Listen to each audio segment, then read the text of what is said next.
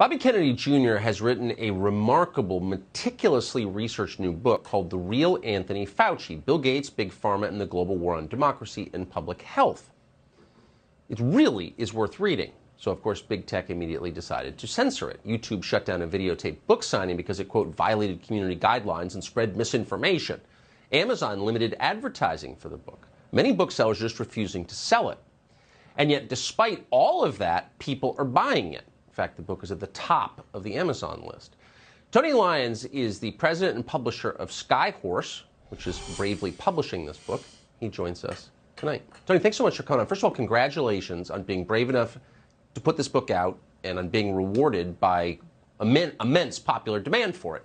But I'm interested in the attempts to shut it down by big tech. Tell us what you've gone through.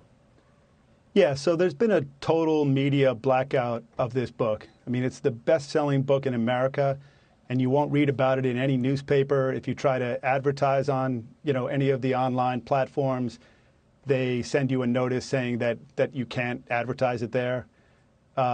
It's just really crazy that this can happen in America. I mean, there has to be room in this country for dialogue and debate.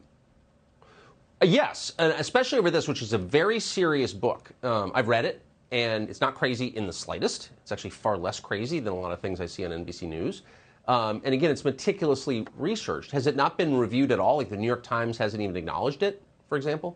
Hasn't been reviewed anywhere. I mean, this is a book that has 2,194 citations. It was vetted by doctors and scientists and lawyers. It's got a blurb from a Nobel Prize-winning doctor. Amazing. Were you worried about publishing this book?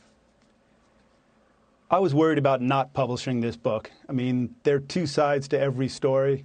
And, The Real Anthony Fauci is, like you said, a meticulously researched book. And, Bobby Kennedy worked 16 hours a day, 7 days a week for 9 months on this book. He gave his whole heart and soul to it. And, this is a book that I'm proud to publish. I'm proud to be associated with Bobby Kennedy. I think he's a hero. He's a great man. He's a fighter for justice.